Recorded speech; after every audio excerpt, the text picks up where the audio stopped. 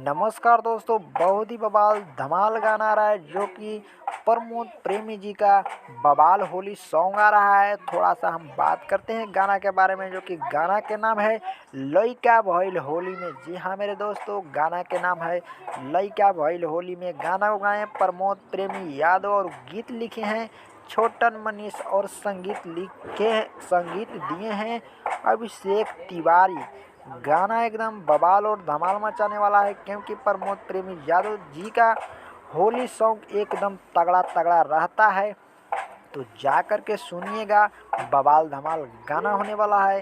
देख सकते हो प्रमोद प्रेमी यादव जी का लंबा पिचकारी लिए हुए हैं, यानी रंग डालने वाले हैं पिचकारी से। तो देखिएगा कैसे रंग डालते हैं। बवाल धमाल गाना एकदम होने वाला है।